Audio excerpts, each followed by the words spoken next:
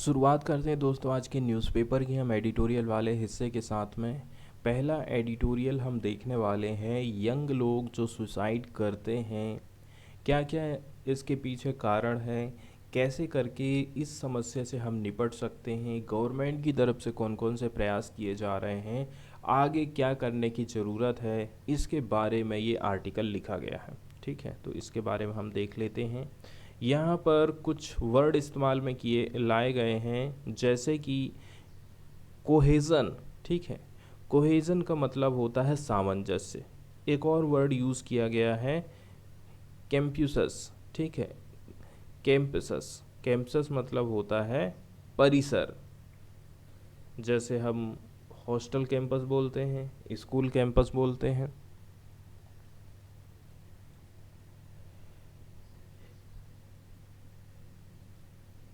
To read newspaper reports about young students ending their lives is disturbing। ठीक है, जब आप न्यूज़पेपर पढ़ते हैं, उनमें आप ये रिपोर्टिंग पाते हैं कि जो यंग स्टूडेंट हैं अपनी जानें गंवा रहे हैं। ये बात बिल्कुल हमें डिस्टर्ब करने वाली है।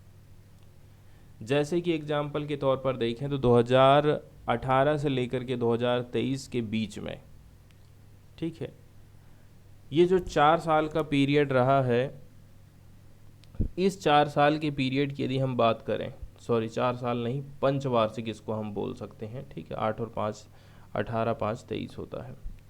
तो ये जो 5 साल का पीरियड होता है, और यहाँ जो एक वर्ड यूज़ किया गया है ड्यूरिंग द 2018 से लेकर के 23 क्वीनियल टाइम पीरियड, मतलब 5 साल का time period. There was as many as 61 student, लगभग 61 स्टूडेंट ऐसे हैं, ठीक है, जिनकी हमें डेथ देखने को मिली है। कहाँ कहाँ ये लोग पढ़ते थे? In the Indian institute of technology या फिर आईआईटी में 33, नेशनल इंस्टीट्यूट ऑफ टेक्नोलॉजी या फिर एनआईटीज़ में 24, इसके साथ साथ में जो इंडियन इंस्टीट्यूट ऑफ मैनेजमेंट है यहाँ पर 4। फिर 2014 से लेकर के 2021 के बीच में, कब से लेकर के कब तक? 2014 से लेकर के यदि हम बात करें 2021 तक, तो ये जो पीरियड रहा है सेप्टेनियल, सेप्टेनियल का मतलब होता है 7 साल का, यहाँ यूज़ किया गया है सेप्टेनियल। ठीक है, सेप्टेनियल। यहाँ पर 122 केसेस ऐसे हमने देखे हैं जहाँ पर अलग अलग हायर एजुकेशन इंस्टीट्यूशन में हमें डेथ देखने को मिली है। In both cohort most student were from the scheduled caste, और हम ये भी देख रहे हैं कि ज़्यादातर जो बच्चे हैं वो एससी कैटेगरी के हैं, एसटी कैटेगरी के हैं, ओबीसी कैटेगरी के हैं एंड इकोनॉमिकली वीकर सेक्शन के हैं। तो जो मार्जिनलाइजेशन है, इसके साथ साथ में डिप्रीवेशन है, ये मेन फैक्टर माना जाता है। But one also finds a wide spectrum of student. आज के टाइम का जो कैंपस हो गया है वो इम्पर्सनल स्पेसेस है। ठीक है, इम्पर्सनल, इम्पर्सनल मतलब होता है व्यक्तित्वहीन, व्यक्ति से संबंध नहीं रखने वाला। फैक्ट वाली बात यह है कि आज के टाइम में ये जो कैंपस है वो बन गए हैं लार्ज और impersonal spaces. Family support is dwindling as there are more nuclear families now with working parents who are unable to provide the kind of parenting and mentoring that joint families provide।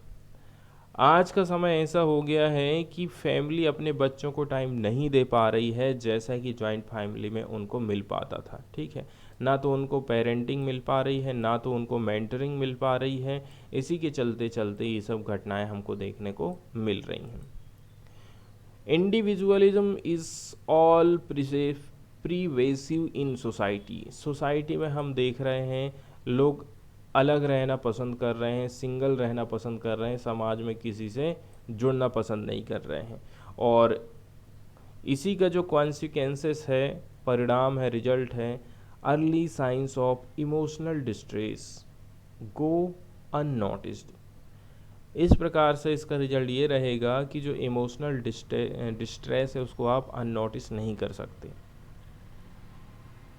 Generally इस प्रकार की जो संस्थाएं होती हैं are in denial mode and prefer to hush things up. They expect the situation to be dealt with by the parents. Students in emotional distress have 8 times been advised to spend time with their families. तो जब कोई बच्चा distress में आता है तो उसको सलाह दी जाती है कि आप जो है फैमिली के साथ में ज़्यादा से ज़्यादा टाइम बिताइए। लेकिन जब आप देख रहे हैं कि फैमिली का माहौल खुद ही ख़राब है तो फिर वो बच्चा डिस्ट्रेस से बाहर निकलेगा कैसे करके। आगे हम ये देखते हैं, देखिए हायर एजुकेशन सिस्टम की जो संस्थाएं बनाई गई हैं, हायर एजुकेशन में यदि इंस्टीट्यूशन की बात करें, वहाँ के सिस्टम की बात करें, तो किसी भी प्रकार की फ्री और फेयर कम्युनिकेशन देखने को नहीं मिलती है बच्चों के बीच में, उनके सीनियर के बीच में, टीचर्स के बीच में एंड एडमिनिस्ट्रेशन के बीच में। A home away from home kind of experience eludes student। सबसे ज़्यादा बच्चों को चीज़ प्रभावित करती है कि हम घर से बाहर रह रहे हैं, हम घर से दूर रह रहे हैं और हम अकेलापन फील कर रहे हैं। क्लासरूम का जो इंटरेक्शन है, ठीक है, यहाँ पर हम क्या देखते हैं, तो जो क्लासरूम की यदि हम बात करें, यहाँ एक वर्ड यूज़ किया गया है इंटरेक्शन। ठीक है, इंटरेक्शन का मतलब होता है बातचीत करना, वार्तालाप करना। तो क्लासरूम की जो बातचीत होती है वो कन्फाइंड होती है एकेडमिक्स से। ठीक है, यहाँ एक और वर्ड यूज़ किया गया है कन्फाइंड। कन्फाइंड का मतलब होता है सीमित होना। क्लासरूम की बातचीत एकेडमिक्स तक ही सीमित हो जाती है। With recurrent exhortation to student to be committed. यहाँ एक वर्ड यूज़ किया गया है रेकरेंट। ठीक है, रेकरेंट मतलब होता है बार बार। एग्जॉर्टेशन, ठीक है, एग्जॉर्टेशन का मतलब होता है उपदेश दिया जाता है to student to be committed, dedicated and hard working, adding to the stress emotionally distressed student are already under. बातचीत भी ऐसी हो रही है कि बच्चों को बोला जा रहा है कि हार्ड वर्क करो। ठीक है, मतलब जो बच्चा ऑलरेडी से डिस्ट्रेस में चल रहा है उसके भीतर आपने और भी ज़्यादा डिस्ट्रेस भर दिया है। टीचर के पास बहुत कम बचता है।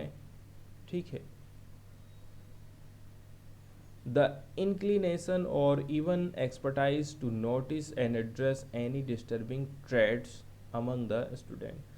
टीचर के पास इतना समय ही नहीं होता है कि वो बच्चों की समस्याओं को समझे कि क्या कोई बच्चा तनाव में है। किसी भी केस में highly formalised, standardised and hierarchical structure can never be conducive to promoting congeniality और even empathy. Highly formalised, standardised, hierarchical structure यदि बनाया जाता है तो वो कहना चाहिए इस समस्या से हमको छुटकारा नहीं दे सकता है। अब इसका परिणाम क्या होगा, नतीजा क्या होगा? Consequently students are deprived of much needed preventive measures. इससे बच्चे वंचित रह जाते हैं जो प्रिवेंटिव मेजर्स की उनको ज़रूरत रहती है उनसे। ठीक है, एक वर्ड यूज़ किया गया है डेप्रीव्ड। डेप्रीव्ड का मतलब होता है वंचित होना।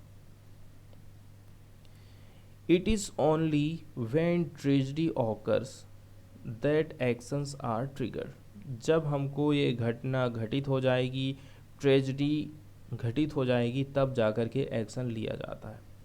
जैसे कि इंक्वायरी होगी, देन ए प्रिस्क्रिप्शन ऑफ रीमेडियल, इसके बाद प्रिस्क्रिप्शन दिया जाएगा किसका, उपचार का, इसके बाद प्रिवेंटिव मेजर का।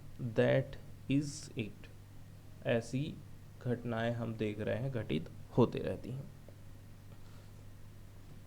ज़्यादातर जो कैंपस के सुसाइड हैं, ठीक है, आर एट्रीब्यूटेड मतलब जिम्मेदार ठहराना। तो ज़्यादातर जो कैंपस में सुसाइड हो रहे हैं उनके लिए हम जिम्मेदार ठहरा सकते हैं एकेडमिक के प्रेशर को, फैमिली का क्या सर्कमस्टांसेस है, कुछ पर्सनल रीज़न हो सकते हैं, ठीक है, अलग अलग प्रकार का डिस्ट्रेस रहा है, जैसे कि रुपए पैसे की कमी के चलते चलते कोई व्यक्ति ने आत्महत्या कर लिया है, जातिगत आधारित भेदभाव हो रहा है, and many different form of harassment. इसके अलावा अलग अलग तरीके से उसको हरासमेंट किया जा रहा है। तो डिस्ट्रेस के जो बहुत सारे सोर्सेस हैं वो कहाँ रहते हैं, outside the purview of higher education institution. इस संस्था के बाहर भी कुछ ऐसी घटनाएं घटित हो रही हैं जो कि सुसाइड का रीजन बन रही हैं।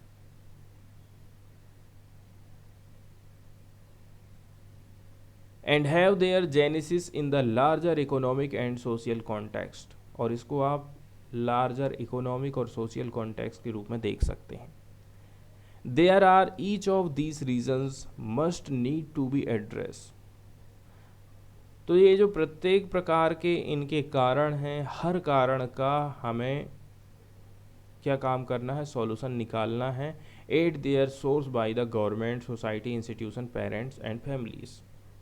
सबसे पहले तो हमें कारण का पता लगाना है। कारण का पता लगाने के बाद सरकार, चाहे वो सरकार हो, चाहे वो सोसाइटी हो, चाहे वो कोई इंस्टीट्यूशन हो, पेरेंट्स हो, फैमिलीज हो, इस चीज़ का हल उनको निकालना है। यहाँ पर कुछ फॉर्मल मैकेनिज़्म का इस्तेमाल किया जाता है, ठीक है, in place to provide personal, cultural, psychological counselling to the student. कुछ फॉर्मल तरीके के मैकेनिज़्म बनाए गए हैं, ठीक है, ताकि पर्सनल, कल्चरल और साइकोलॉजिकल काउंसलिंग किया जा सके स्टूडेंट की।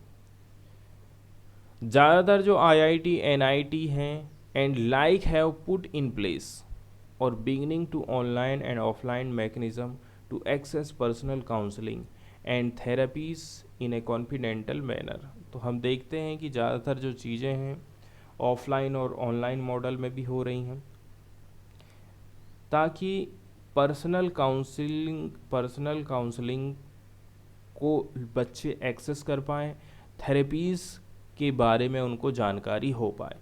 इसके अलावा कुछ ऐप बनाए गए हैं जैसे कि Dost, Saathi, Mitra, have been also launch to access their services anonymously.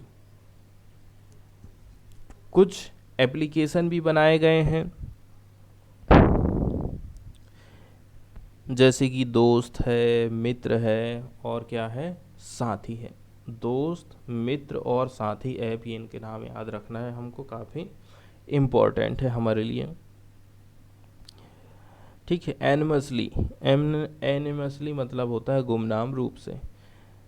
Most of this institution also organise awareness and sensitisation programme for student. इसके साथ साथ में हम देखते हैं कि इस प्रकार की जो संस्थाएं हैं वो ऑर्गेनाइज करती हैं लोगों को जागरूक करना, लोगों को संवेदनशील बनाना, ऐसे प्रोग्राम वो चलाते रहती हैं। लगता है हमें कि ये जो केंद्र सरकार है to be deficient on many counts, लेकिन केंद्र सरकार ना हमें उतनी ज़्यादा आगे नज़र नहीं आती है, हमें नज़र आती है डेफिशिएंट, मतलब न्यून या फिर कम या फिर अधूरे प्रयास कर रही है। The onus is on student in need to seek help. जब बच्चे को ज़रूरत है उस समय वो क्या है, हेल्प के लिए खोजता है। It is they who must seek an appointment. Another drawback is that they work most of the during office hours, and on working days and are often unable to respond in prompt manner. हम ये देख रहे हैं कि एक और जो drawback है वो क्या है कि वे लोग काम करते हैं ऑफिस के घंटों में ही, ऑन वर्किंग डेज, ठीक है, वर्किंग डेज में भी वो काम करते हैं, and are often unable to respond in prompt manner, और इसी के चलते चलते वो रिस्पॉन्ड अच्छे तरीके से नहीं दे सकते हैं। इनमें से जो IITs है वहाँ पर ये क्लेम किया जाता है, and rightly so, that it tries to help student as soon as possible and as much as possible. IIT क्या कहती है कि हम जितने जल्दी से जल्दी हो सके, जितना से जितना हो सके, ज़्यादा से ज़्यादा हेल्प करना चाहते हैं स्टूडेंट की। तो फैक्ट वाली बात ये है कि जो नेशनल इम्पोर्टेंस वाले इंस्टीट्यूशन हैं, संस्थाएं हैं, कॉलेज हैं, यूनिवर्सिटीज़ हैं, ये काफ़ी बेटर सिचुएशन में हैं यदि हम अदर सेंट्रल और स्टेट यूनिवर्सिटीज़ की बात करें तो। The little information that is available suggests that they as usually assign the task of counseling. इनको काउंसलिंग का टास्क दिया जाता है to faculty member and are yet to embrace the idea of professionally trained counsellor. मतलब जो आपके यहाँ पर फैकल्टी मेंबर आए हैं उनको ही आपने यदि ये काम सौंप दिया है, आप प्रोफेशनल व्यक्तियों से ये काम नहीं करवा रहे हैं, तो काम में अंतर आना जाहिर सी बात है। जो प्रोफेशनल तरीके से जानता है कि कैसे करके मुझे बच्चों को हैंडल करना है, उसका काम अलग रहेगा, और जो फैकल्टी वाले लोग हैं वो टेम्परेरी तरीके से काम करेंगे, ये बात तय है। फिर एक स्टडी है, उसको हम देख लेते हैं। स्टडी में क्या बोला जाता है। यदि तुलनात्मक रूप से देखें तो जो यूनिवर्सिटीज़ हैं यूनाइटेड स्टेट, ये डेडिकेटेड हैं काउंसलिंग सेंटर के लिए। यहाँ पर हमको रेंज ऑफ साइकोलॉजिकल सर्विस देखने को मिलती है, such as evaluation, counselling, consultation. इसके साथ साथ में थेरेपीज इंडिविजुअल के लिए भी है और ग्रुप के लिए भी है। यहाँ एक वर्ड यूज़ किया गया है एक्रेडिटेड, मतलब होता है मान्यता प्राप्त। They are accredited by the international accreditation of counselling service, और इनको मान्यता दी गई है इंटरनेशनल संस्था के द्वारा, and are manned by licensed psychologist, और यहाँ पर जो काम करने वाले लोग हैं वो लाइसेंसधारी साइकोलॉजिस्ट होते हैं, फिजियाट्रिस्ट होते हैं, क्लिनिकल थेरेपिस्ट होते हैं, मेंटल हेल्थ वर्कर हैं एंड सोशल वर्कर हैं। तो जो काउंसलर से लेकर के स्टूडेंट का रेशो है, काउंसलर टू स्टूडेंट रेशो है, इसको केयरफुली इस्टेब्लिश किया गया है किसके माध्यम से, combination of empirical analysis and judgement of experience counselling director. वहीं यदि हम बात करें हमारे देश में कौन कौन से उपाय अपनाए जा रहे हैं साइकोलॉजिकल काउंसलिंग सर्विस से रिलेटेड, तो जो साइकोलॉजिकल काउंसलिंग सर्विस दी जा रही है इंडियन कैंपसेस में वो काफ़ी लिमिटेड है, to provide some physical space in a corner of the institution with a limited number of professionally trained psychologists and psychotherapist। जब हम कैंपस के अंदर में साइकोलॉजिस्ट को बिठा रहे हैं, साइकोथेरेपिस्ट को बिठा रहे हैं, वो व्यक्ति प्रोफेशनली ट्रेंड होना चाहिए, लेकिन इंडिया के मामले में हम बहुत कम ऐसा देखते हैं।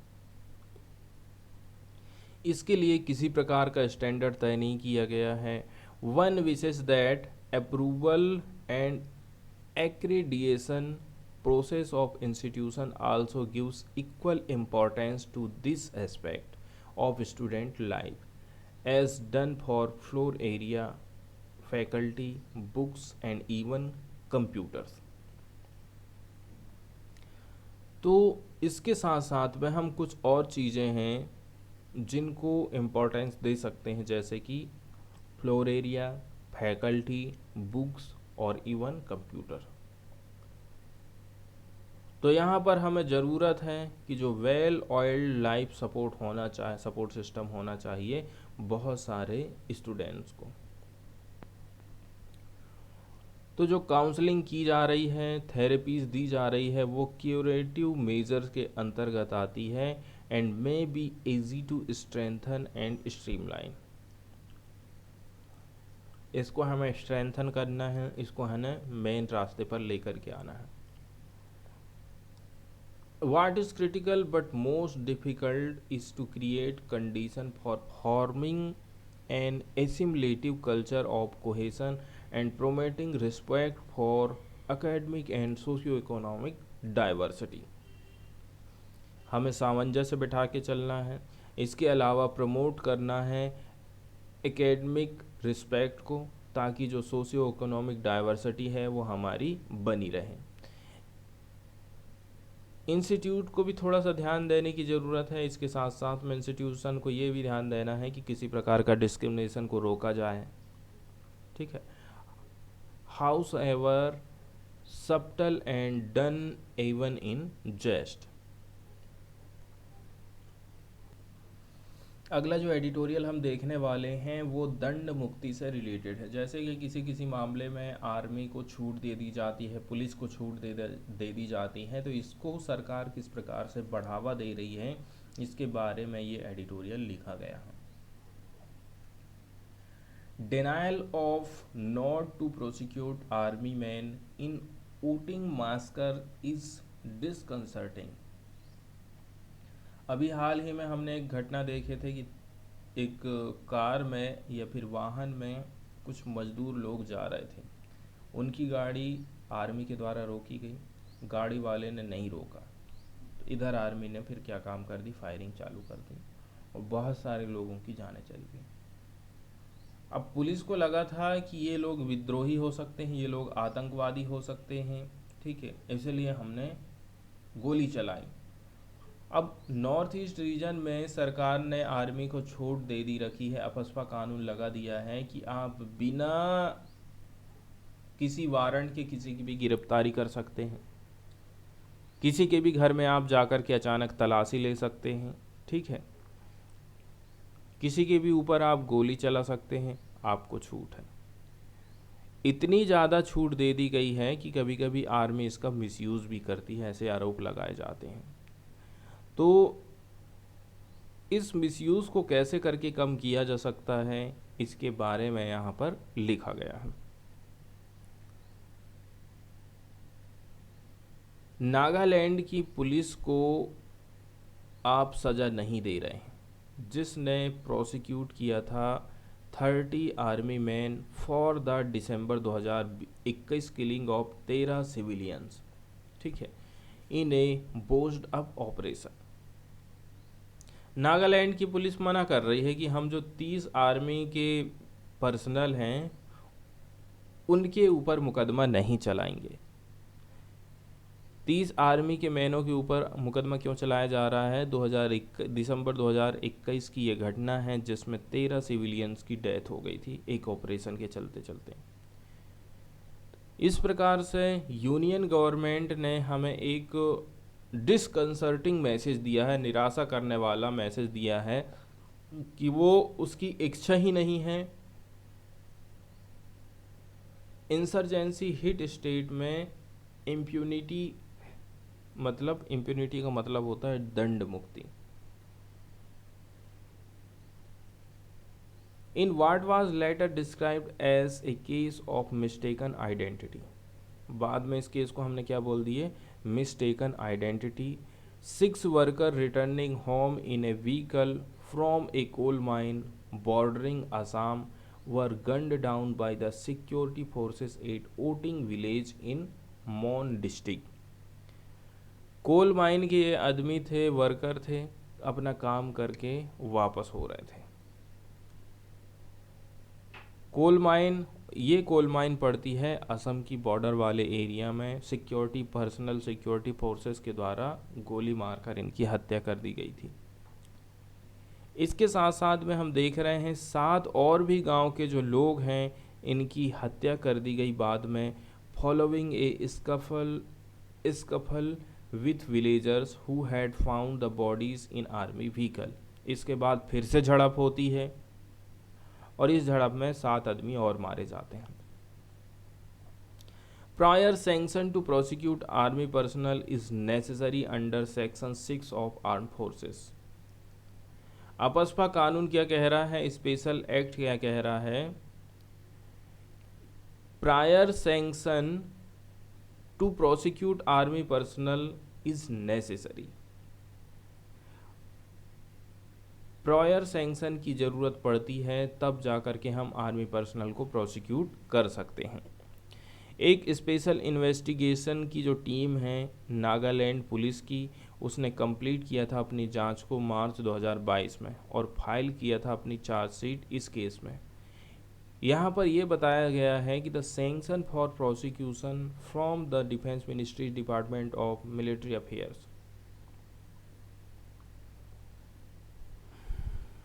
पुलिस ने यह क्लेम किया था कि उन्होंने एस्टेब्लिश किया था involvement of 30 personal who illegally violated standard operating procedure. पहली बात तो ये है आर्मी ने स्टैंडर्ड ऑपरेटिंग प्रोसीजर को नहीं अपनाई, जो भी रूल्स थे इंगेजमेंट को लेकर के उनका पालन नहीं किया गया, and resorted to indiscriminate and disproportionate firing on vehicle, और बिल्कुल गलत तरीके से फायरिंग की गई।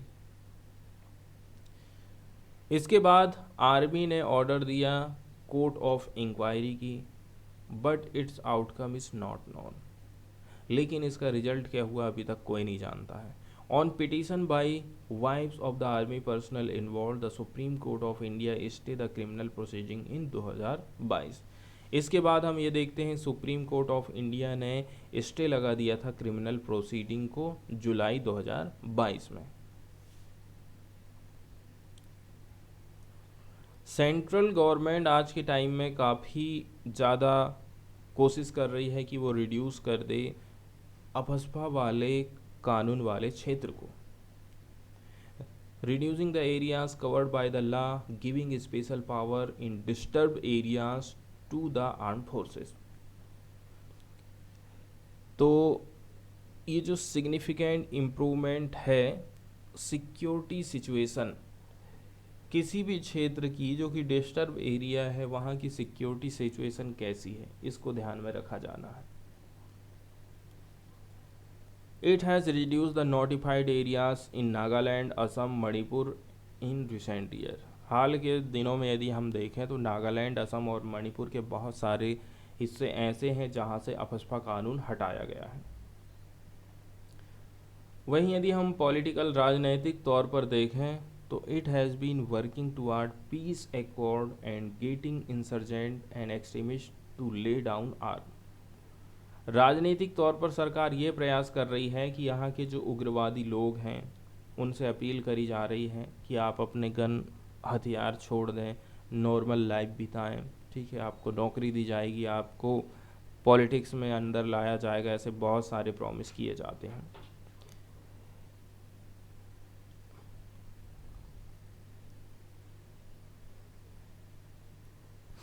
इसके बाद वाला जो एडिटोरियल है वो हम डिस्कस करने वाले हैं अरुणाचल प्रदेश से ये रिलेटेड है।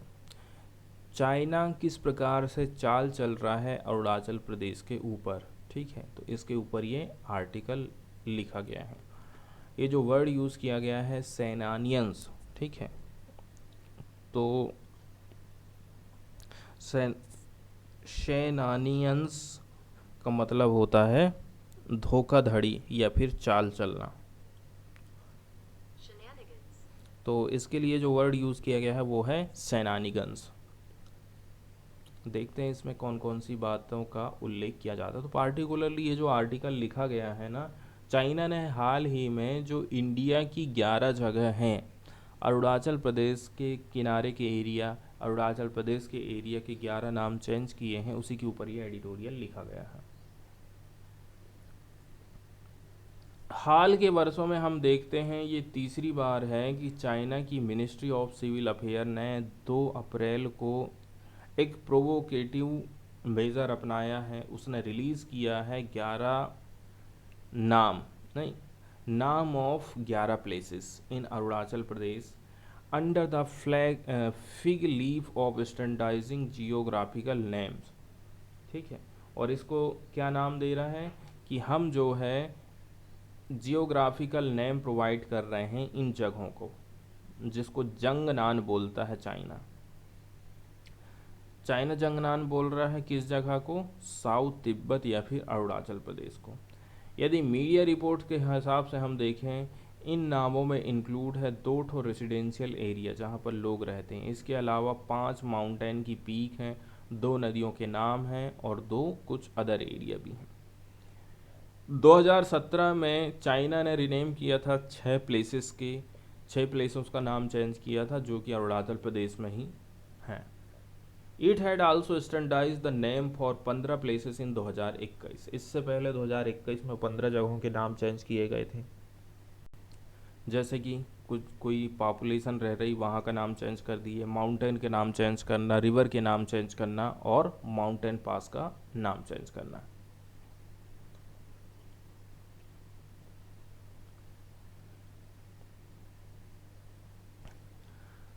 Taken together and on the face of it, some of the places are located along the Pengchen Tawang Jang Sela axis running down from line of actual control। कुछ कुछ ऐसी जगह हैं, ठीक है, जो कि कहाँ पर लोकेटेड है? लाइन ऑफ एक्चुअल कंट्रोल के लगभग पैरेलल में या फिर किनारे में।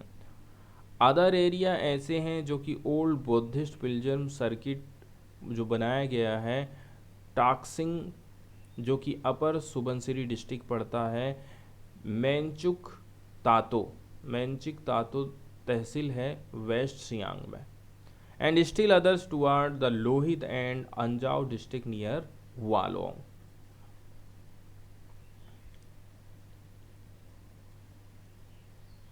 चाहे वो हिमालय में हो, चाहे पूर्वी और दक्षिण चीन सागर में, चीन की लूटपाट और निराधार अतार्किक दावे अनगिनत हैं। 2020 में चीन ने दक्षिण चीन सागर में पेराकल्स और स्प्रेटलिस में 80 भौगोलिक विशेषताओं को नाम दिया था, जहां चीन कई राज्यों के साथ समुद्री विवादों में उलझा हुआ है। तो 2020 की भी आप बात देख लीजिए, कुछ 80 जियोग्राफिकल फीचर्स प्रोवाइड किए गए थे, पैरासल्स और स्प्रेटल्स, कहाँ? साउथ चाइना सी में। फिर 1983 में इसने नाम दिया था 287 जियोग्राफिकल लोकेशंस को साउथ चाइना सी में। It began using the term Diaoyutai. क्या नाम रखा गया है? दिया ओयुताई शब्द का उपयोग करना शुरू कर दिया जापान के साथ सेनकाकू मुद्दों को उठाने से पहले।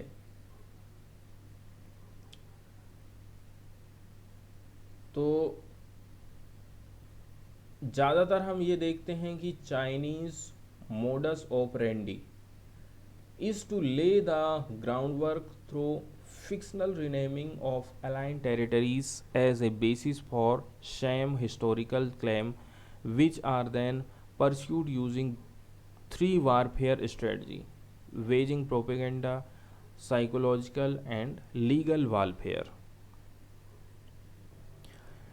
इसके बाद पहली जो न्यूज़ हम देखेंगे वो सेम सेक्स मैरिज को लेकर के है।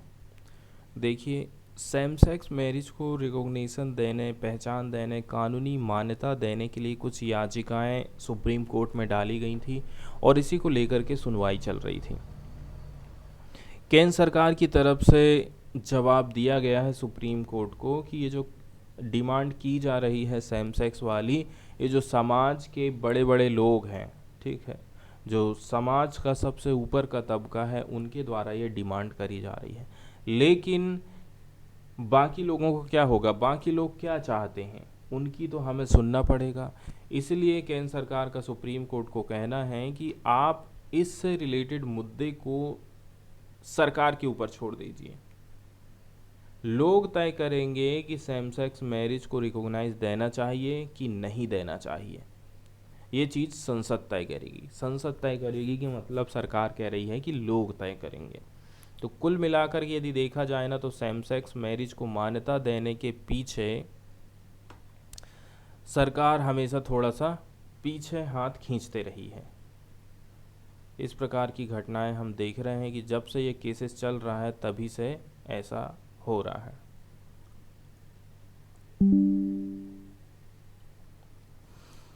इसके बाद वाली जो न्यूज़ हम देखने वाले हैं वो उत्साह पटनायक से रिलेटेड आई है। इनको मिला है मैलकॉम एडिसियाह अवार्ड 2023।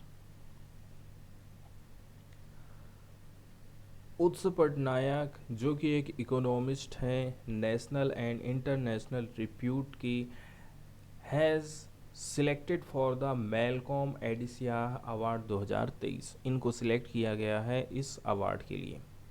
ये अवार्ड हर साल दिया जाता है by the Malcolm and Elizabeth Adiseshiah trust के द्वारा। एक ट्रस्ट है, ये अवार्ड प्रोवाइड करता है। तो जो प्रेस्टिजियस नेशनल अवार्ड का सम्मान है, ये काफ़ी आउटस्टैंडिंग माना जाता है सोशल साइंटिस्ट लोगों के लिए, जिनको सिलेक्ट किया जाता है एक नेशनल लेवल की ज्यूरी के द्वारा, specially constituted for this purpose from the nomination received.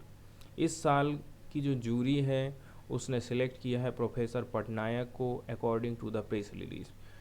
The award will be given with a citation and a prize money of 2 lakh. ठीक है, तो इनको जो है क्या क्या दिया जाएगा इसके बारे में यदि हम देखें तो इनको मिलने वाला है 2 लाख रुपया। इसके अलावा 2 लाख के अलावा इनको क्या क्या चीज़ मिलेगा, सर्टिफिकेट दिया जाएगा। सर्टिफिकेट के साथ साथ में 2 लाख मिलने वाला है। तो यहाँ एक वर्ड यूज़ किया गया है सीटेशन।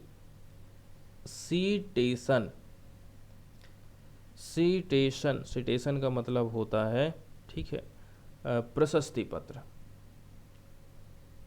यहाँ पर चेन्नई में एक फंक्शन का आयोजन किया जाएगा, वहीं पर इनको दिया जाएगा। The date of this event will be announce shortly by the trust, और ट्रस्ट इसकी डेट निर्धारित करेगा।